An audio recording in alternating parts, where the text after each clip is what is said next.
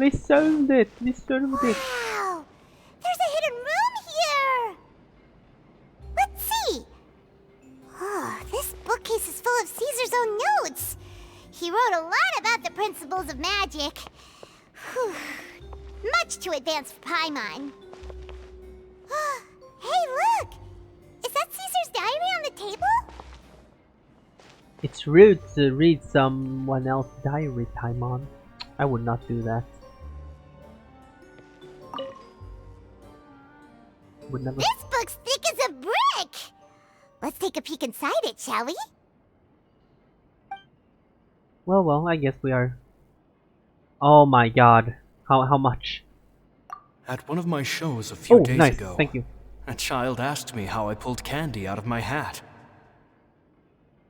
As a joke, I told the kid that the hat has a built-in wish-granting machine. Next thing I know, today a whole bunch of kids were pestering me to pull all sorts of things out of the hat. So I told them another white lie. The machine needs time to power up, but in the meantime, you can write your wishes down. Well, they took me up on that offer, enthusiastically. As I write this, I've only just got back from running around all over town, buying the things they wanted. Boy, are my legs sore. Damn, we bought them? Oh god. I wound up saving very little this month, but that's not a major issue. I now have a bigger problem. How am I going to hide all these things inside my hat?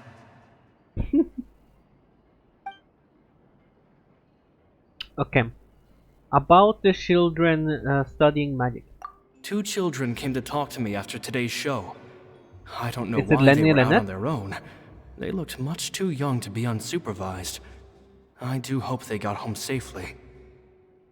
Anyway, they said that they wanted me to teach them how to do magic. It's not uncommon for children to ask this, of course, but I've never seen any of them as serious about it as these 2. It's probably Lenny Lynette. I told them that learning magic is very hard work, but that didn't faze them at all. It's like they already knew. They seemed so committed. I couldn't turn them down. Damn. Lore. About Lorenzo's issues. It seems like something's bothering Lorenzo lately, but he won't open up to me about it. Surely he's not upset that I agreed to teach those 2 children. I'll have to talk him around. I have a good feeling about those kids. They're naturally talented, and it seems like they're not new to the world of magic. They have all sorts of fantastic ideas. All I'm really doing is helping them develop a more professional standard training plan. They wanted to call me Master, but I told them they absolutely mustn't. Any magician worth their salt could have taught them what I have. They're the geniuses here. Compared to them, I don't deserve to be called any sort of master. With time, I have no doubt that they could become far greater magicians than I. My only concern is why they're so mature for their age. Oh yeah. I fear Yep, they've had it's to them. grow It's up them. too fast. I don't dare to imagine what they must have been through. It's them. It's them. Gemma thinks so too. She doesn't like being around them. Says that their eyes are too piercing. They don't bother me, but then again, I've never been the sharpest tool in the shed. She was looking kinda about the farewell. It's nearly time for me to go on tour. I asked the 2 kids if they'd like to come with me, but they shook their heads. I once overheard them talking about their father and their mission. Sounds like their parents have other plans for them. I guess we'll be parting ways soon. It's only been 10 days since I first met them, but I think that I've gotten a feel for their personalities now. They're very tough, but also very cautious, and they trust no one but each other. This, I fear, is not a good habit to have. They hide things from me too. For example, When I asked them where they live and why they wanted to learn magic, they lied. That's the thing about children. Whenever they're trying to cover something up, it always shows somehow. I can sense that their lives have been hard, possibly even dangerous too. They're not like other children. It's a shame that I can't do more to help them. Man. Caesar, man. After thinking things over, I decided to tell them a bit about how I see the world. It's full of lies and falsehoods, and that is why we must find our own truth. P.S. I hope they won't find my nagging annoying. Children are so opinionated nowadays. Will it do them more harm than good for someone they've only known 10 days to lecture them like that? P.P.S. Maybe I'm overthinking this. Children aren't interested in grand philosophies. It probably just went in one ear and out the other. I bet they've already forgotten every word I said. Well, I bet you differ. Oh, Caesar, Caesar. Just mind your own business next time. Damn. Two magic geniuses with a father and a mission, huh? Sounds a lot like he was writing about Lenny and Lynette, don't you think? It is them. So did they meet Caesar when they were kids? Let's go ask Lenny! Lenny probably hit his head and don't remember. He has amnesia now. Are we sitting on the chair? How dare they implement a chair? But I cannot sit on it. This is the most disgraceful. How could they? Whee! Hi, Lenny. He's gone. Oh, no. Lenny? He probably understand like oh, he probably connected the dots, maybe, or well, no, he would have known Caesar, right? By the name and everything, so it's not. Shh, hold that thought. As I expected, there's a lot of fishy things going on in this place. Fishy? Uh-oh, what have you found? All in good time. Before we go over our new leads, I want to tell you how a high-altitude escape is performed. Okay. First, the magician slots themselves into a magic box in full view of the audience. The box is then suspended high in the air, and a short while later, the base automatically opens. At this point, a dummy will fall out of the box, but it looks real enough to grab the audience's attention, and they start wailing and screaming. Meanwhile, the real magician, who has by now blended into the crowd, waits for a good moment to make their appearance and put on a hysterical performance. Oh no! Is that me? Did I just fall to my death? Very vivid description. Paimon can really picture it. And then what? The audience's gaze then turns to the magician, and by the time they realize what's happened, the dummy has vanished, as if everything that just happened was some sort of shared illusion. Damn. Of course, that's just how I think the process should work, theoretically speaking. Theoretically speaking? What do you mean? The inventor of this trick never performed it successfully. When the box opened, Caesar was the one who fell out, and not the dummy. Oh.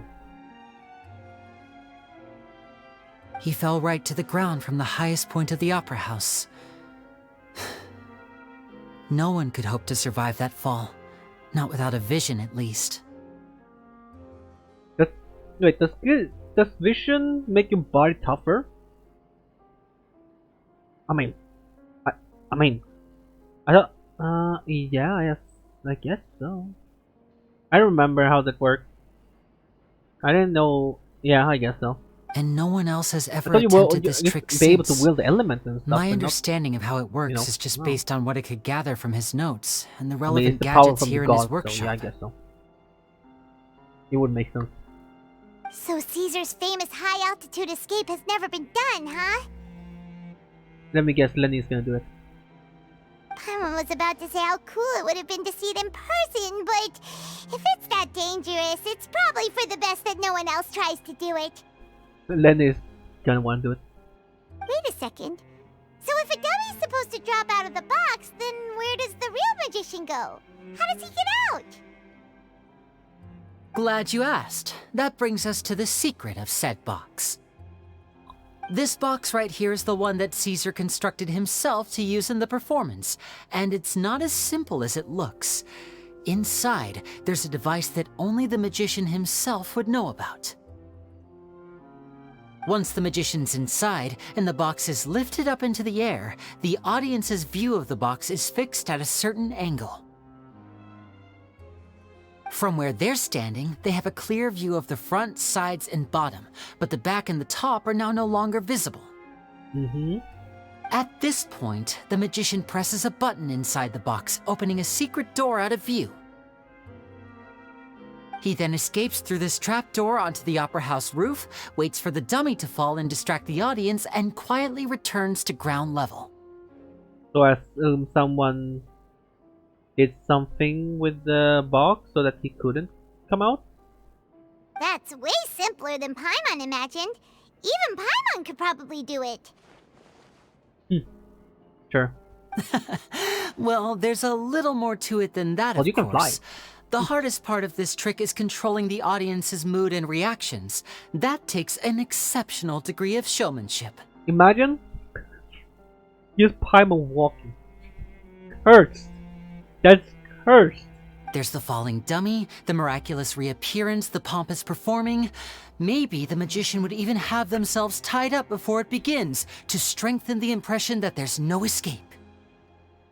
Many days and nights of careful research and painstaking practice would have gone into this, all culminating in a performance just a few minutes long, but one that still manages to transform the shock and grief of a tragic accident to the joy and laughter of a mesmerizing magic trick. Maybe the magic trick is so good, he fooled people that he was dead for 10 years. And he is gonna make his re-entrance every 10 years, yeah. In Lenny's show. Caesar was a highly accomplished magician.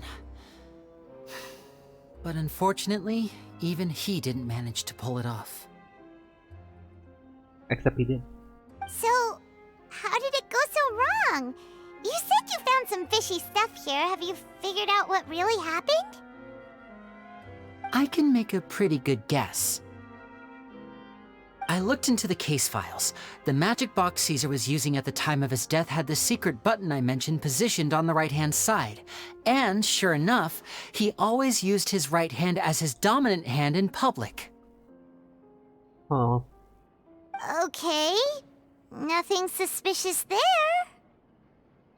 But here's the strange thing. Most of the devices in this workshop have the mechanism on the left-hand side, including this box right here, which leads me to believe that Caesar was in fact left-handed. I'm not sure where you're going with this. Why would Caesar pretend to be right-handed? Because a magician can't afford to have their most basic habits stand out too much. People naturally focus their attention on the most important details of the task or situation at hand. But a magician needs to be able to redirect an audience's attention at will, so as to avoid arousing their suspicion. The essence of magic is getting people to believe a lie. If even the truth raises eyebrows, the falsehoods become all the more difficult to mask.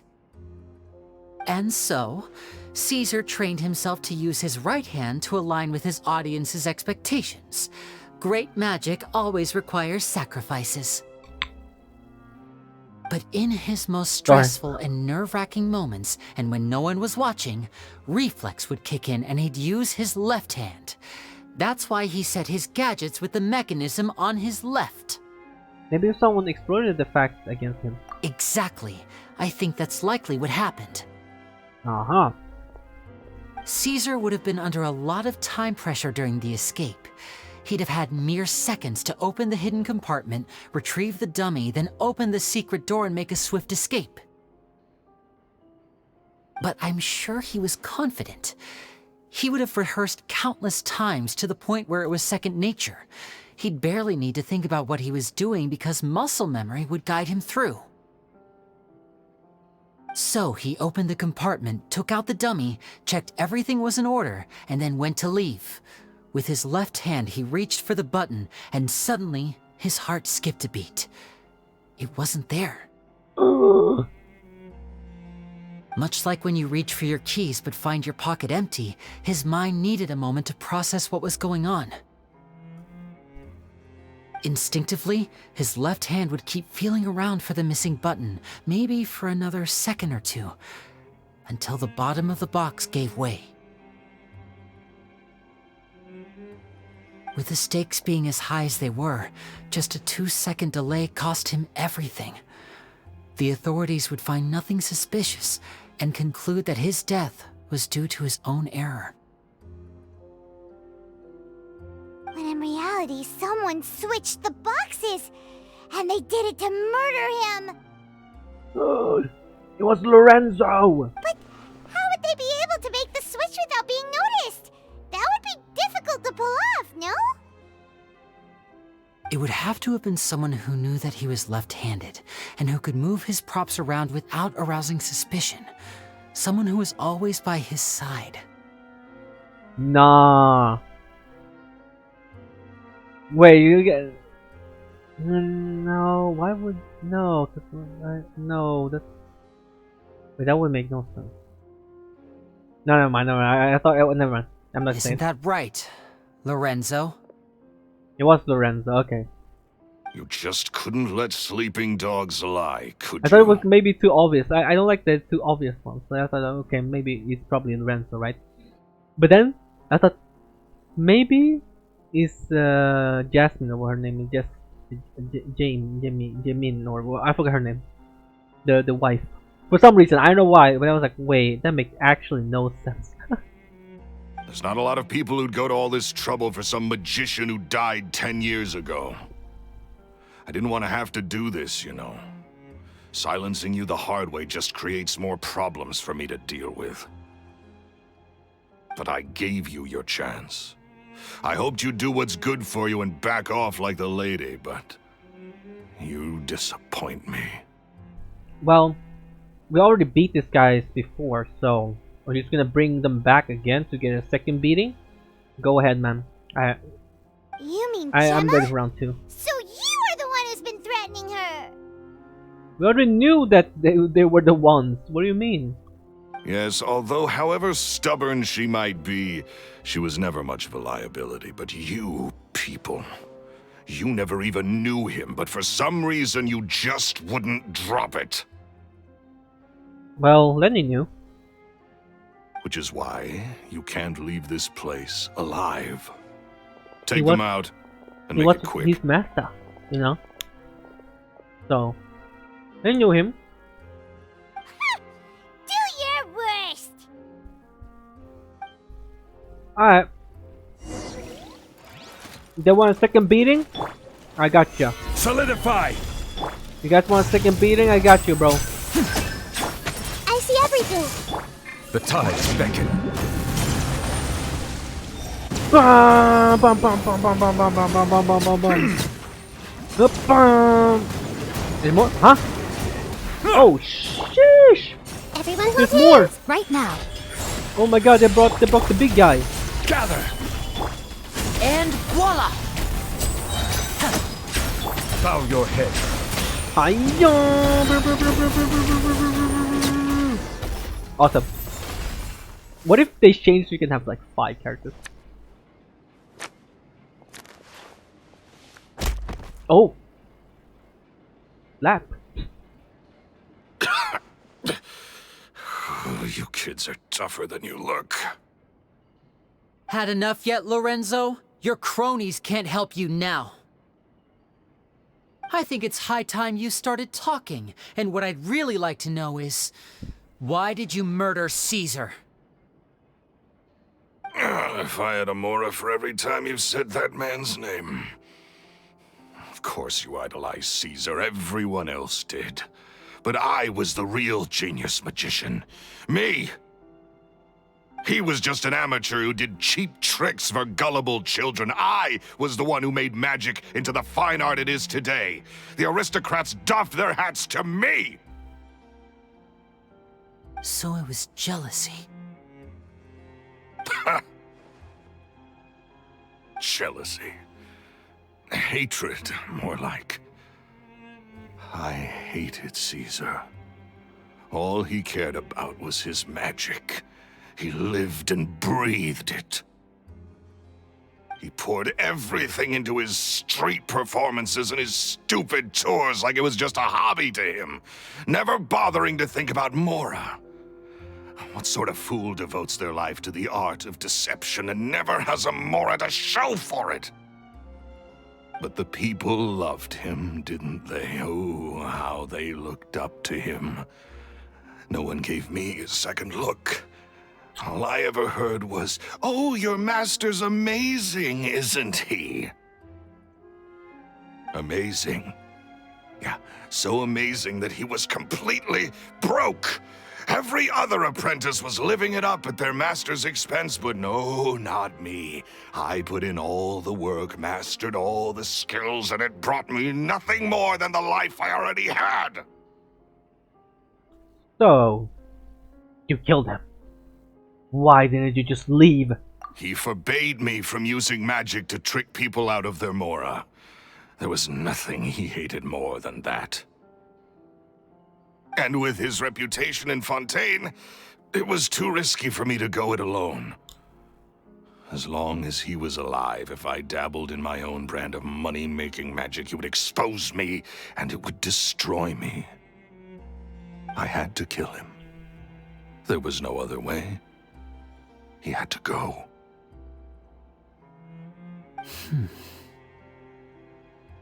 And this was your only motive? Mora.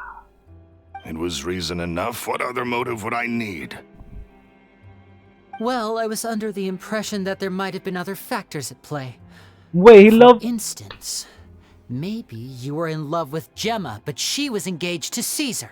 Oh my god! Oh! That was the rejection he was talking about. Ah! I connected at the right second. Oh my god! What the hell? In love with Gemma? Don't be ridiculous. Guess I was wrong about that then. Next question. Are you the Phantom Weasel? I am. Caesar was so strict with me. He insisted that his way was the right way, that the sole purpose of magic was to bring joy to the world. I never bought into any of that. I was more interested in the practical value of magic. Sure enough, it helped me fill my pockets with all kinds of valuable treasures. But I heard that the Phantom Weasel stole from the rich and poor alike. Oh, yeah! Charlotte told us that the weasel would steal whatever people valued, no matter how much he was worth. That's just how it looked from the outside. What would any thief want with second-rate loot? I've only ever targeted high-value items. I stole cheap things as a way of practicing my craft. It was other people's overactive imaginations that conjured up the preposterous image they then dubbed the Phantom Weasel. So that's the story, huh? Well, I hope you're ready to tell it all over again during your trial. What choice do I have?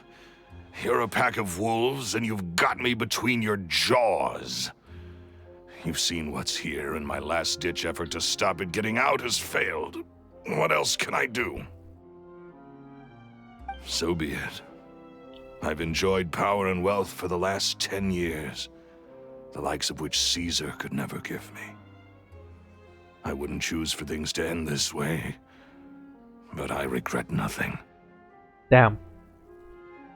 Damn. Heartless. Heartless bastard, man. Very well. In that case, I'll contact the guards. Traveler, Paimon, keep an eye on Lorenzo for me. I'll meet you just outside the workshop when I'm back. Okay.